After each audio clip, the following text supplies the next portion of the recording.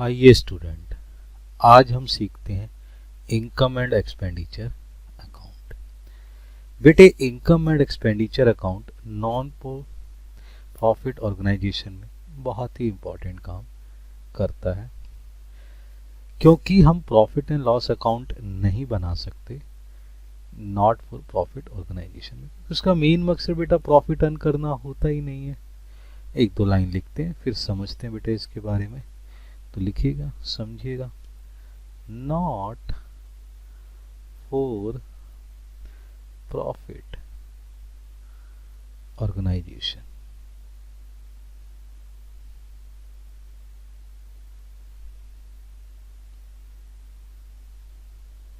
are not set up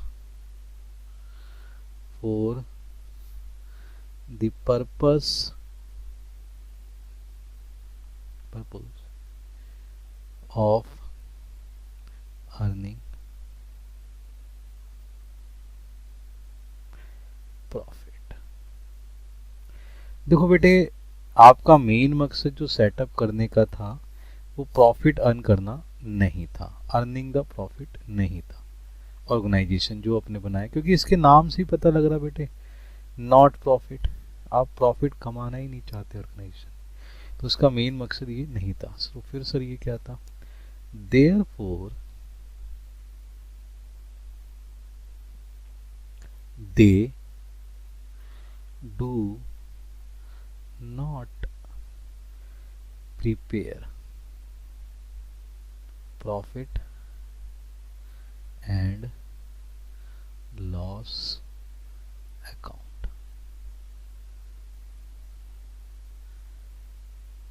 तो बेटे इसीलिए वो क्या है, नहीं प्रिपेयर करते, क्या?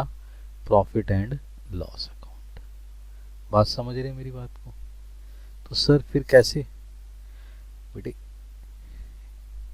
उसके बाद इंस्टेड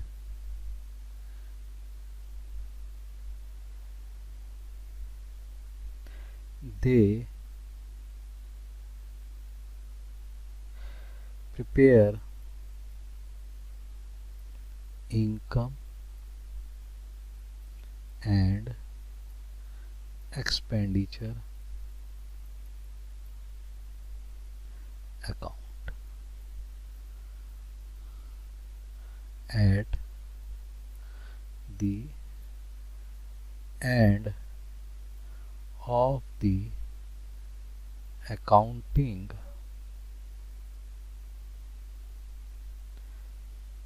period।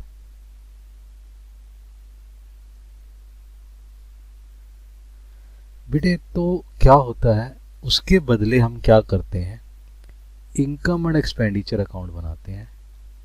किसके बदले बेटे? प्रॉफिट एंड लॉस के बदले, and the end of accounting period. Sir इससे क्या होता है? To determine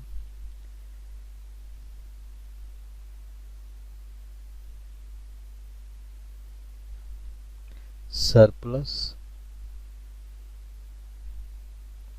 and deficit। बेटे इससे हम दो चीजें फाइंड आउट करते हैं, एक तो बेटे सरप्लस और डेफिसिट। बहुत ही समझने वाली बात क्या है, आपने ये ध्यान रखना है कि दो चीजें आपने ध्यान रखनी है कि इनकम एंड एक्सपेंडिचर अकाउंट बनाया जाता है किसके बिहाफ पे? प्रॉफिट एंड लॉस के बदले। बात समझ रहे हैं? क्योंकि हम प्रॉफिट एंड लॉस अकाउंट तो बना नहीं सकते, क्योंकि मेन क्या है, हमने प्रॉफिट अर्न नहीं करा है। तो उसके बिहाफ पर अपन लोग क्या करते हैं, इनकम एंड एक्सपेंडिचर अकाउंट बनाते हैं। समझ में आ गया? ये है आपका income and expenditure account, accounting period पे एंड में बनाया जाता है। क्या फाइंड करते हैं बेटे? Surplus and deficit. अब दो तीन चीजें ध्यान रखने वाली बात है कि सर इसमें क्या क्या चीजें आती हैं और क्या क्या चीजें नहीं आती। देखो ध्यान से बेटा, जो इनकम एंड एक्सपेंडिचर अकाउंट होता है वो क्या होता है? Income and expenditure account is accrual basis पर बनाया जाता है बेटा।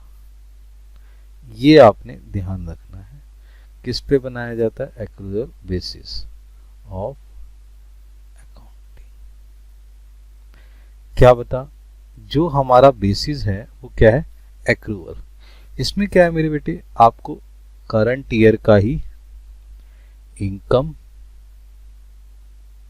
और करंट ईयर की ही एक्सपेंसेस शो करने हैं।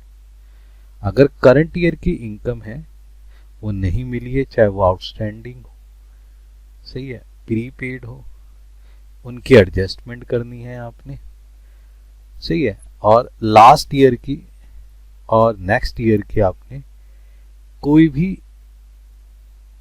ट्रीटमेंट को शो नहीं करना है, तो उसे माइनस करना है या ऐड करना है। बात समझ रहे हैं? ये ध्यान रखना है। इससे पहले जब रिसीव्ड एंड पेमेंट में आपने सीखा तो आपने देखा था कैश बेसिस पे तीनों चीजों को, तीनों ईयर की, करंट हो, लास्ट ईयर हो, नेक्स्ट ईयर हो, किसी भी ईयर की कैश अगर रिसीव हो रहा है तो रिसीव साइड पे दिखाते थे। बट यहाँ पर ऐसा नहीं है, यहाँ पर ओनली करंट ईयर की चीजों को ही शो किया जाएगा। ठीक है बेटा, बड़े ध्यान से समझिए, कुछ नोट्स हैं उन्हें समझने की कोशिश करिए। ध्यान से देखो बेटा, यहां पर एक ध्यान रखना है कि जो रिवेन्यू एक्सपेंसेस हैं for the accounting period are taken. कौन से बेटे एक्सपेंसेस लिए जाएंगे? ओनली रिवेन्यू बेसिस पर। ये आपने ध्यान रखने वाली बात है कि ओनली रिवेन्यू एक्सपेंसेस। आपने रिसीव्ड एंड पेमेंट में रिवेन्यू और कैपिटल दोनों तरीके के एक्सपेंसेस दिखाए थे, बट यहां पर ओनली रिवेन्यू एक्सपेंसेस दिखाएंगे। वो भी कौन से बेटा? दिस ईयर के, सही है, whether they have been paid, चाहे वो पेड हुए हैं या नहीं हुए हैं, उसी ईयर के ही आपने एक्सपेंसेस शो करने हैं, चाहे वो पे हो या ना हुए हो। इसी तरीके से बेटे आपको रिवेन्यू इनकम शो करनी है फॉर द अकाउंटिंग पीरियड, इस ईयर के अंदर ही, सही है, जो आपको रिसीव हुई है, ठीक है, वही वाली आपने चीजें लेनी है, सही है, whether they have been received or not, चाहे वो रिसीव्ड हुई है या नहीं हुई है, लेकिन ध्यान ये रखना है कि ओनली दिस ईयर। बात समझ रहे हैं? इसी ईयर की रिवेन्यू। अब दोनों चीजें ध्यान रखिए बेटा, यहां पर भी रिवेन्यू आया और यहां पर भी revenue. Only revenue expenses, only revenue income are shown in a income and expenditure account. सही है जी। और कौन सा बेटा? अकाउंटिंग पीरियड का। अब दूसरी चीजें ध्यान से समझो, यहां पर देखो बेटे, थर्ड अभी समझाते हैं, फोर्थ समझो, कैपिटल एक्सपेंडिचर और कैपिटल इनकम, सही है जी, आर नॉट कंसीडर, सही है, because they shown in balance sheet. तो बेटे ध्यान रखो, कैपिटल एक्सपेंडिचर को शो नहीं करना है, इनकम एंड एक्सपेंडिचर में नहीं दिखाना है। जैसे आपने परचेज करा कोई लैंड, आपका पैसा खर्च हो गया, लेकिन उसे आपने यहां नहीं दिखाना है, हाँ ये रिसीव्ड पेमेंट में आएगा। इसी तरीके से कैपिटल इनकम, ये इनकम अगर आपको रिसीव हो गई है तो भी आपने यहां नहीं दिखानी है, ये बैलेंस शीट की चीजें हैं। जो भी चीज आपको डोनेशन या किसी भी तरीके का पैसा मिला है, ये भी शो नहीं करना, यानी कि ये दोनों के दोनों आइटम्स कैपिटल वाले, ये क्या है, इनकम एंड एक्सपेंडिचर में नहीं आते हैं। ये ध्यान रखना है आपने, ये नोट ध्यान रखना है। और रिवेन्यू दोनों तरीके के आएंगे, चाहे वो एक्सपेंसिव हो चाहे इनकम हो, हाँ चाहे वो पेड हुए हों चाहे पेड नहीं हुए हो, रिसीव हुए हो चाहे नॉट, क्योंकि एक्रूअल बेसिस पर आप इसे बनाने जा रहे हैं। तीसरी बात बेटे, नॉन कैश एक्सपेंसेस, सही है जी, दिखाए जाएंगे, चाहे जैसे डेप्रिसिएशन, जो आप डेप्रिसिएशन चार्ज करते हैं वो वाली चीजें आपको दिखानी पड़ेगी। मेरी बात समझ पे आ रहे हैं? इन नोट्स को ध्यान रखना है, जब हम क्या बनाएंगे, जब हम इनकम एंड एक्सपेंडिचर अकाउंट बनाएंगे तो वो चीजें ध्यान रखनी है। तो इसमें शॉर्ट नोट चीज समझ में क्या आई कि रिवेन्यू आपका एक्सपेंस हो चाहे रिवेन्यू आपकी इनकम हो, ये दोनों की दोनों चीजें शो की जाएगी। कैपिटल एक्सपेंसेस, कैपिटल इनकम, ये दोनों की दोनों चीजें शो नहीं की जाएगी, और नॉन कैश एक्सपेंस भी यहाँ पर दिखाया जाएगा। मेरी बात समझ रहे हैं? ये चीज आपने ध्यान रखनी है, और ये दोनों ध्यान रखना है कि ये ओनली करंट ईयर की दिखाई जाएगी, सही है, चाहे पेड है या नहीं है, रिसीव्ड है या नहीं है। बात समझ में आ गई? इन चीजों पे आपने ध्यान रखना है, इसी के बिहाफ पर आपने आगे क्वेश्चंस करने हैं। अब समझो बेटा दूसरी चीज क्या है ये। देखो बेटे आपको मैं समझाता हूं आउटस्टैंडिंग के बारे में। ये आउटस्टैंडिंग आपकी दो तरीके से हो सकती है बेटे, ये आपने ध्यान रखना है। ये आउटस्टैंडिंग आपकी एक्सपेंस में हो सकता है, ये आउटस्टैंडिंग आपकी इनकम में हो सकती है। समझ रहे हैं मेरी बात को? आउटस्टैंडिंग इनकम को आप एक्रूड इनकम भी कह सकते हैं।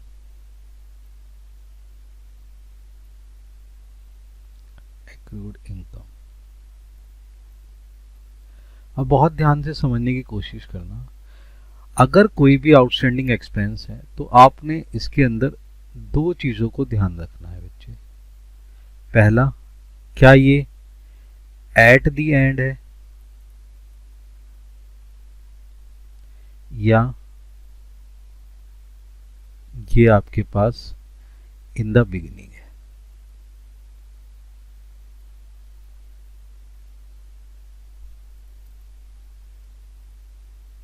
दो चीजें ध्यान रखनी है आपने, एट द एंड है या इन द बिगिनिंग है।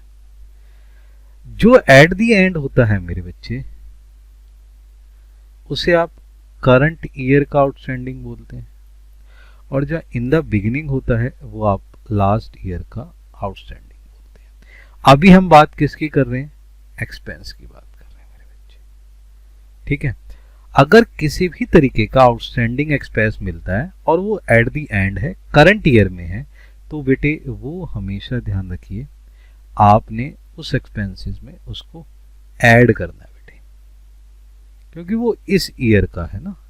और हमने सीखा करंट ईयर की कोई भी चीज, चाहे वो सही है पेड हुई है या नहीं, सही है जी, वो आपने दिखानी होती है, तो ये आपने ऐड करना है। लेकिन अगर लास्ट ईयर का है, ठीक है मेरे बेटे, वो आपने यहां से डिडक्ट करना है, माइनस करना है। ये चीज आपने ध्यान रखनी है, क्योंकि वो इस ईयर का है ही नहीं, तो इस ईयर के इसमें आएगा ही नहीं, शो नहीं किया जाएगा। ये दो चीजें आपने ध्यान रखनी है बेटा। इसी चीज से बेटे इनकम के बारे में समझते हैं। जब हम इनकम के बारे में समझते हैं तो ये ही चीज आपने यहां ध्यान रखनी है कि ये भी कितने तरीके के होंगे? दो तरीके, या तो एट दी एंड होंगे या क्या होंगे मेरे बच्चे? इन दी बिगिनिंग होंगे। बहुत ध्यान से समझते हैं। एट दी एंड है तो बच्चे इसको आप क्या बोलेंगे? करंट ईयर का। अगर इन द बिगिनिंग है तो इसे क्या बोलेंगे बेटे? लास्ट ईयर या प्रीवियस ईयर का, ठीक है। अब दूसरी बात क्या समझनी है, अगर करंट ईयर का है तो मेरे बेटे क्या होगा? वो ऐड होगा इनकम में, ठीक है। और अगर लास्ट ईयर का तो ये क्या होगा मेरे बेटे? माइनस होगा। तो ये चीज आपने ध्यान रखनी है कि अगर किसी भी तरीके की कोई भी आउटस्टैंडिंग आपको गिवन है एक्सपेंस के बारे में या इनकम के बारे में, तो उसको इस तरीके से ट्रीटमेंट शो ऑफ करनी है, ठीक है। एक एग्जांपल समझाता हूं बच्चे मैं आपको। जैसे आपको मान के चलो सैलरी है, वो आपने पेड है, सैलरी पेड है बेटे आपके पास 28,000 रुपीज की, ठीक है। आपको एडजस्टमेंट में चीजें दे रखी हैं या अलग से चीजें बता रखी हैं। क्या बता रखा है? वो आपको देता है कि आउटस्टैंडिंग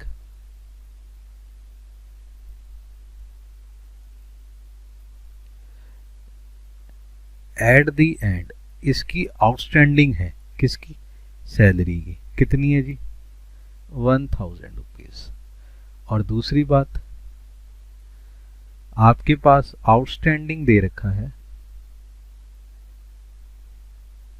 इन द बिगिनिंग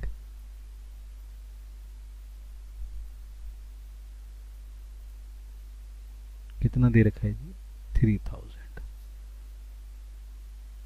अब आप इसकी ट्रीटमेंट कैसे करेंगे? बहुत ध्यान से समझिएगा। जब आप इसे एक्सपेंडिचर साइड पे शो करेंगे, इनकम एंड एक्सपेंडिचर के एक्सपेंडिचर साइड पे शो करेंगे, तो आप क्या लिखेंगे? लिखेंगे यहां पर सैलरी कितनी? 28,000 मेरे बच्चे। और जो देखो ध्यान से एट द एंड है यानी कि करंट ईयर की, तो बेटे करंट ईयर की आउटस्टैंडिंग को आप ऐड करेंगे, आउटस्टैंडिंग करंट ईयर, ठीक है बेटा, ये आप इसमें ऐड कर देंगे तो आपका अमाउंट कितना आ जाएगा 29,000। अब एक चीज ध्यान रखेंगे, जो लास्ट ईयर की, ये जो लास्ट ईयर की बिगिनिंग मतलब लास्ट ईयर, तो ये आपने आउटस्टैंडिंग क्या करनी है मेरे बेटे, ये आपने इसमें से माइनस कर देनी है। तो आपके पास जो अमाउंट आएगा इट इज कॉल्ड 26,000। ये आपका इस ईयर का एक्सपेंसेस कहलाएगा। समझ रहे हैं मेरी बात को? दूसरी बात समझो इसी के साथ, ये तो मैंने आपको क्या बताया, एक्सपेंस के बारे में बताया। यही सेम ट्रीटमेंट अगर आपको क्या करते हैं, अगर मान के चलो इनकम के बारे में बताऊं, मान के चलो कोई फीस है, वो फीस आपको रिसीव्ड हुई है, वो फीस है आपकी 3,80,000 मान के चलो, ठीक है बेटे। अब ये जो 3,80,000 है इसके लिए भी कुछ एडजस्टमेंट उन्होंने बता रखी है या कोई अलग से जानकारी दे रखी है आपको, वो क्या है कि आउटस्टैंडिंग दे रखा है आपको, आउटस्टैंडिंग है एट दी एंड, कितना दे रखा है मेरे बेटे, मान के चलो वो आपको दे रखा है 10,000 रुपए। इसी तरीके से आपको आउटस्टैंडिंग दे रखी है इन दी बिगिनिंग, सही है जी। वो कितनी दे रखी है सर, वो आपको मान के चलो दे रखी है 80,000। तो अब आप इसकी ट्रीटमेंट कैसे करेंगे, तो बेटे एक्सपेंडिचर की सही इसी तरीके से इनकम एंड एक्सपेंडिचर में इनकम साइड बनेगी। अब वो जो इनकम साइड बनेगी उसमें आपने क्या करना है, जो आपको फीस लिखनी है वो फीस लिखी है आपने, आपकी फीस मान के चलो वो है 3,80,000, ठीक है बेटे, ये फीस है। इसमें ऐड करना है, ध्यान से सुनिएगा, क्या करना है, ऐड करना है। कौन सी ऐड करनी है मेरे बेटे, ये ऐड करनी है आपने आउटस्टैंडिंग करंट ईयर का। तो करंट ईयर का कौन सा है, एट दी एंड वाला, ये आपने ऐड कर लेनी है, ये आपने ऐड कर ली। तो तुम्हारा अमाउंट कितना हो गया 3,90,000। समझ रहे मेरी बात को? और आपने लेस करना है मेरे बेटे, क्या लेस करना है, आउटस्टैंडिंग इन द बिगिनिंग, बोले तो लास्ट ईयर की। तो आउटस्टैंडिंग आपकी लास्ट ईयर की है 80,000 रुपीज। तो आपका जो अमाउंट आएगा ये इनकम साइड में शो कर देना है, तो ये आ जाएगा आपका 3,10,000 रुपीज। तो ये आपने समझी मेरे बच्चे एक्सपेंस की बात, और इनकम के साथ कौन सी, ये आपने समझी आउटस्टैंडिंग के बारे में। अच्छा, प्रीपेड के बारे में भी समझते हैं, ये बिल्कुल इसका उल्टा हो जाएगा, ध्यान से समझिएगा। अब मान के चलो आपके पास कोई चीज क्या है, प्रीपेड है। अब प्रीपेड है तो वो क्या हो सकता है सर, प्रीपेड भी दो ही हो सकते हैं। हाँ बेटे, एक आपका एक्सपेंस हो सकता है, बिल्कुल बेटा, और एक आपकी इनकम हो सकती है, ठीक है मेरे बच्चे। अब प्रीपेड एंड इनकम क्या हो जाएगी सर, प्रीपेड इनकम का मतलब सही है जी, रिसीव्ड इन एडवांस, जो हमें एडवांस में मिल चुकी है। बात समझ रहे हैं, बड़े ध्यान से समझिएगा। अब एक्सपेंसेस हैं तो इसको भी बेटे आपने चेक करना है। क्या चेक करना है सर, क्या ये करंट ईयर का है, सही है जी, या ये प्रीवियस ईयर का है। करंट ईयर बेटे मैंने आपको बताया ये क्या होता है, एट दी एंड, और ये क्या होता है मेरे बच्चे, इन द बिगिनिंग। अब बड़े ही ध्यान से समझना बच्चे, स्टूडेंट अगर करंट ईयर द एंड है, ठीक है, तो वो आपने क्या करना है, ये आपने मेरे बच्चे माइनस करना है। और अगर इन द बिगिनिंग है तो बेटे यानी कि प्रीवियस ईयर का है तो वो ऐड करना है, क्योंकि प्रीवियस ईयर का प्रीवियस ईयर में जो एक्सपेंस किया गया था वो इस साल के लिए किया गया था, तो इस साल के लिए किया गया था तो ऐड होगा ना इस साल के में, एक्रूवल बेसिस में तो ऐड हो जाएगा मेरे बेटे। बात को समझ रहे हो ना। और करंट ईयर वाला तो ये नेक्स्ट ईयर के लिए किया गया तो इसलिए वो लेस हो जाएगा, उसको नहीं किया जाएगा। बात समझ रहे हो, ये आपके पास ध्यान रखना है। इसी तरीके से मेरे बच्चे एक्सपेंस में चलते हैं, एक्सपेंस के बाद सॉरी इनकम में चलते हैं। अब ये जो इनकम है ये भी आपकी क्या हो सकती है, करंट ईयर की हो सकती है। करंट ईयर का मतलब एट दी एंड, ठीक है। ये क्या हो जाएगी मेरे बच्चे, ये भी माइनस हो जाएगी। इसी तरीके से अगर आपके पास ये कौन सी है, प्रीवियस ईयर की है, प्रीवियस ईयर का मतलब आपका ये आ जाएगी आपकी इन दी बिगिनिंग है, तो मेरे बच्चे ये क्या हो जाएगी, ऐड हो जाएगी। बात को समझिए ध्यान से। तो इस तरीके की जो भी चीजें होंगी वो आपने चेकआउट करना है कि एट द एंड है, बिगिनिंग है, एंड है, बिगिनिंग है, इनकम की बात हो रही है। तो ये ध्यान रखना है कि दोनों ईयर की अगर चीजें दे रखी होती हैं तो हमने इनकम एंड एक्सपेंडिचर पे ये विशेष ध्यान रखना है कि ओनली अकाउंटिंग ईयर पीरियड की चीजें ही शो करनी होती हैं, इन चीजों को शो नहीं करना होता। बात समझ रहे हैं, ठीक है। जैसे मैं एक एग्जांपल से फिर समझा देता हूँ। जैसे हमने एक बात करी, एक्सपेंस की बात करी, मान के चलो प्रीपेड की बात कर रहे हैं, ठीक है। अभी प्रीपेड कोई एक्सपेंस है, ठीक है।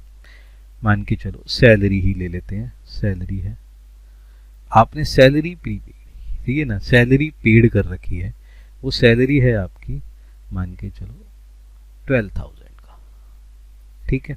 अब आपको कुछ एडजस्टमेंट्स दे रखे हैं, वो एडजस्टमेंट है क्या, आपको दे रखा है प्रीपेड एट द एंड, ठीक है जी। क्या है जी, प्रीपेड एट द एंड, ये है आपके पास 1,000 रुपीज का, ठीक है, मान के चलो। और इसी तरीके से आपको एक चीज दे रखी है, ठीक है, कि आपने प्रीपेड करा है at the beginning, at the beginning, वो है आपका 2,000 रुपीज का। तो मैंने आपको भी बताया मेरे बेटे, एट द एंड और इन द बिगिनिंग का मतलब क्या होता है। एट द एंड क्या होता है बच्चे, करंट ईयर का, और बिगिनिंग का मतलब क्या होता है मेरे बेटे, ये है प्रीवियस ईयर की बात, यानी कि लास्ट ईयर की बात, ठीक है। तो आपने क्या करना है, इसको शो ऑफ करना है। तो कैसे शो ऑफ करना है, ये आप यहाँ शो करेंगे तो आपकी सैलरी है, सही है जी, 12,000 की, ठीक है। इसमें आपने क्या करना है, सबसे पहले ऐड करना है। सर जी क्या ऐड करना है, हमने ऐड करना है प्रीपेड कौन सा, प्रीवियस ईयर का बेटे, वेरी गुड। प्रीपेड कौन सा जी, प्रीवियस ईयर का।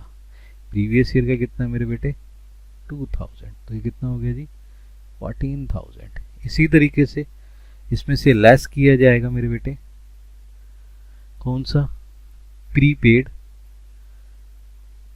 करंट ईयर का, बहुत अच्छे। ये कितना है, 1,000 रुपीज, माइनस करा तो अमाउंट आ गया 13,000 रुपीज। क्लियर है बेटे। इसी तरीके से आपने क्या करना है, इनकम के साथ भी ऐसा ही ट्रीटमेंट करना है, ठीक है। मान के चलो आपके पास इनकम है, यहां लिख लेते हैं इनकम,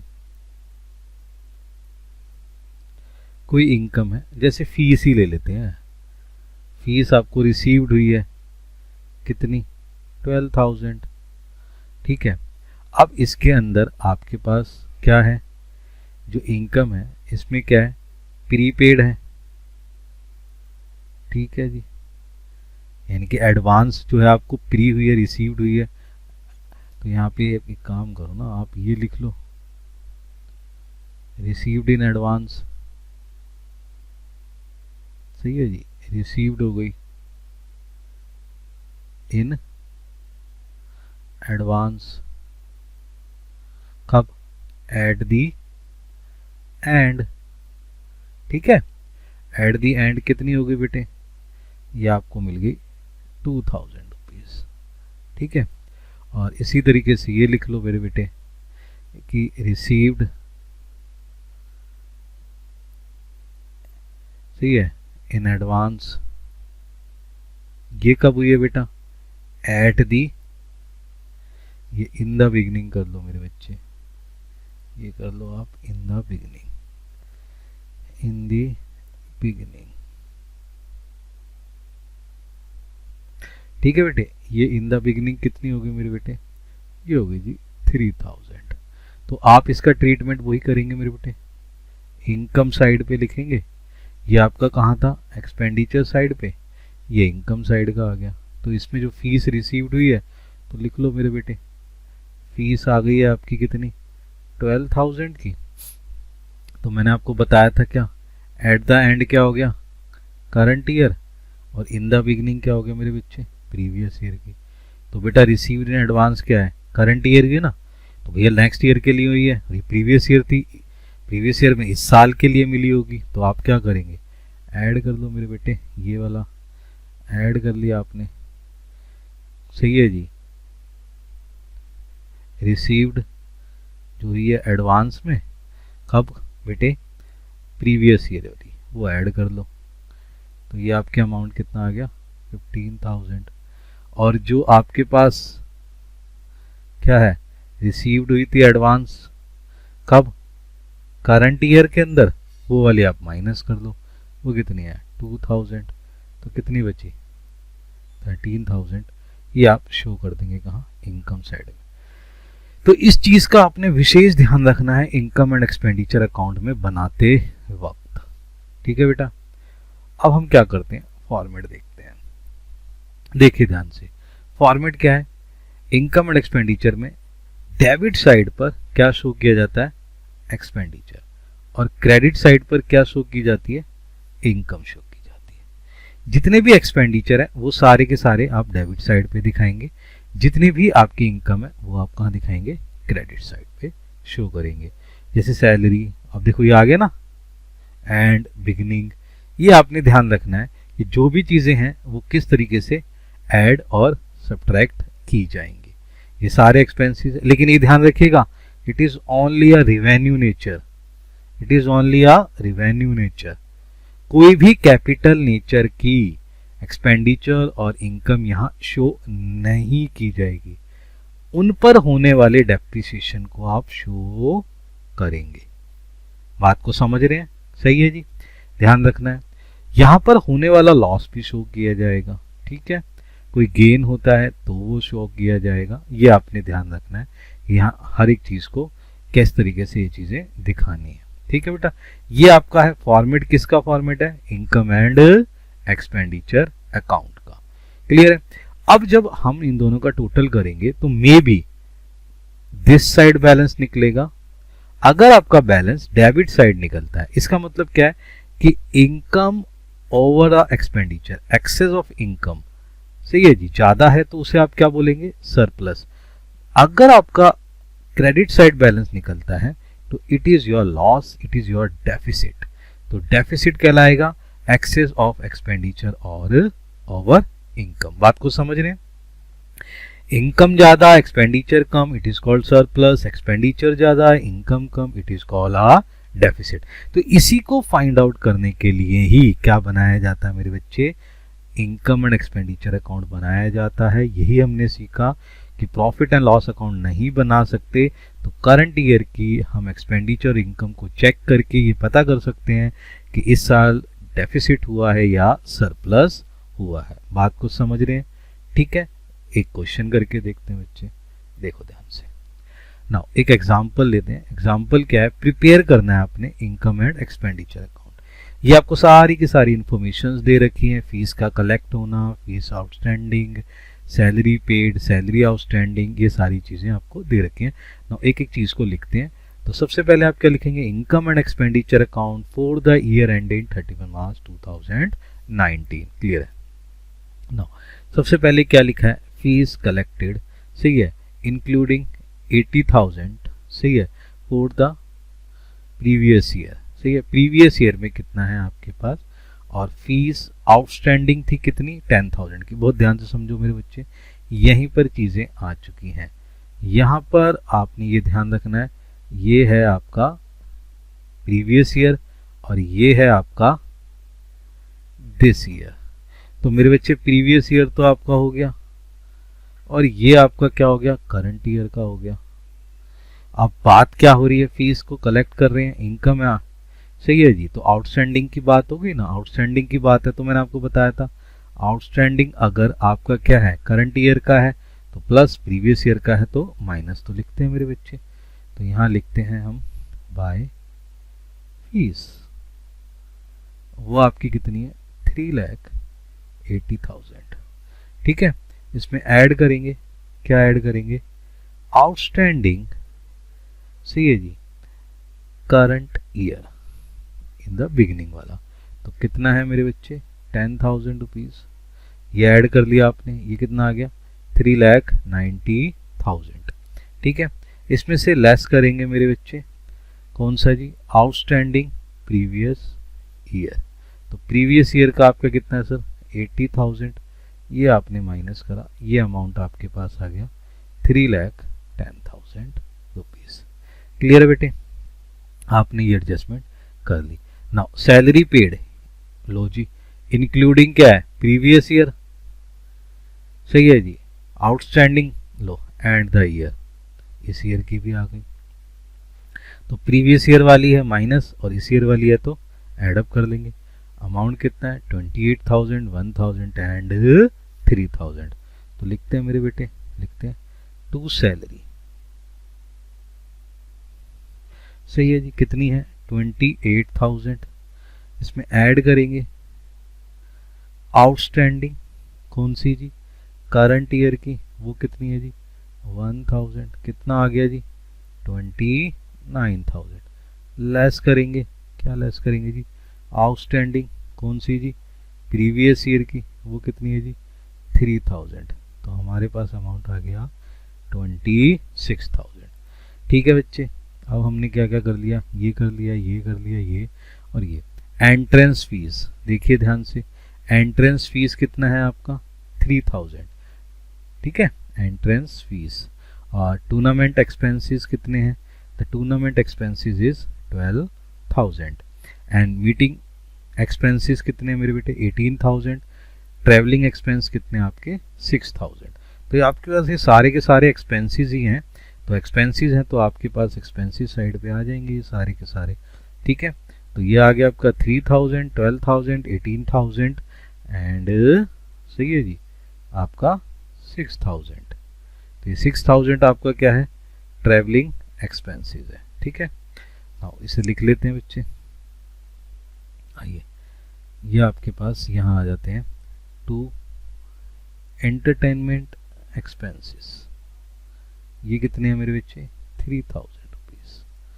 टू टूर्नामेंट एक्सपेंसेस, ये कितने मेरे बेटे, 12,000 रुपीज। फिर टू मीटिंग एक्सपेंसेस, ये कितने मेरे बेटे, 18,000 रुपीज। फिर टू रेंट, सही है जी, रेंट भी था, ओके, रेंट है 10,000 रुपीज का, मैंने नीचे देख लिया, चलो पहले ही लिख लेते हैं, रेंट कितना है, 10,000 रुपीज, ठीक है बेटे। रह क्या गया सर, ये रह गया था ट्रैवलिंग एक्सपेंस। ट्रैवलिंग एक्सपेंस कितना है मेरे बच्चे, 6,000 रुपीज का, तो ये लिख लेते हैं टू ट्रैवलिंग एक्सपेंसेस, कितना है मेरे बेटे, 6,000 रुपीज का, ठीक है ना। आगे देखिए, अब हमारे पास क्या कवर हो गया, ये सारी चीजें हमारे पास कवर हो गई। अब देखो परचेज ऑफ बुक्स, सही है जी, इसके अंदर क्या जुड़ी हुई है, एंड मैगजीन, इंक्लूडिंग 90,000 की क्या है, बुक्स है, और टोटल खर्चा आपका 29,000 है। बड़े ध्यान सुनो बेटा, यहाँ बुक्स भी है और मैगजीन भी है। जो मैगजीन होती है ना वो आपकी रिवेन्यू टाइप की, बुक्स आपकी क्या हो जाती हैं, एसेट्स हो जाती हैं, और बुक्स का खर्चा आपको दे रखा है कितना 19,000। तो मैगजीन कितने की पड़ी सर? मैगजीन तो 10,000 की पड़ी। Very good. तो इसको आप शो करेंगे, कर लेते हैं यहाँ पर, लिखिए टू बुक्स एंड पीरियोडिकल, ये कितने हैं जी? ये आपके हैं 29,000 रुपीज़ की। इसमें से लेस कर लो, लेस क्या कर लो? परचेज बुक्स को लेस कर लो जी। वो कितनी थी सर? 19,000 थी। सर बुक्स ना एसेट्स होती है, एसेट्स होती है, तो इसलिए वो कहाँ शो की जाएगी? बैलेंस शीट में। तो सिर्फ यहाँ पर तो आपके रिवेन्यू एक्सपेंडिचर आएंगे, बुक्स तो आपका कैपिटल एक्सपेंडिचर हो गया, तो आपने इसको यहाँ शो कर दिया। आगे बात समझ में? ये क्लियर हो गया। चलिए नेक्स्ट, पोस्टेज और एंड टेलीफोन आ गया, प्रिंटिंग एंड स्टेशनरी। चलो जी, ये भी दोनों आपके एक्सपेंसेस आ गए। ये एक्सपेंसेस क्या है? 15,000 एंड 4,000। तो लिख लेते हैं बच्चे, to printing and stationery. Printing and stationery कितना है? 4,000 रुपीज सर। ओके, एक second, this is your 4,000 rupees. Next क्या है? Postage and telephone, to postage and telephone. Sir ये कितना खर्चा है? चेक करो, 15,000। नाउ ये आ गया आपका 15,000। अब क्या बचा? डोनेशन रिसीव्ड, आपको इनकम हो गई मेरे बच्चे, कितने की? 20,000 की। चलिए लिख लीजिए, बाय डोनेशन कितना है सर जी? ये है सर 20,000 रुपीज़ की। नाउ अब हमारे पास सारी चीज़ें रिसीव हो गई हैं, अब हम इसको टोटल कर लेते हैं। नाउ टोटल करते हैं मेरे बच्चे। ये टोटल आ गया आपका 3,30,000। इधर लिख लीजिए टोटल, दिस इज योर 3,30,000। ये आपके पास टोटल आ गया। नाउ बच्चे इधर की वैल्यू निकल के आ रही है, इसको सही कर लेते हैं। ये आपका आ गया 3,30,000। अब यहाँ पे आपके पास चीज़ निकल जाएगी, ये आपके पास निकल आया टू सरप्लस। तो ये सरप्लस, इसमें से ये टोटल माइनस करना है। The total is 2,26,000। ये आपका सरप्लस निकल के आ गया। तो इस तरीके से बेटे आपने शो करना होता है इनकम एंड एक्सपेंडिचर अकाउंट के बारे में। पढ़िए ध्यान से, प्रैक्टिस करिए आप इसके बारे में।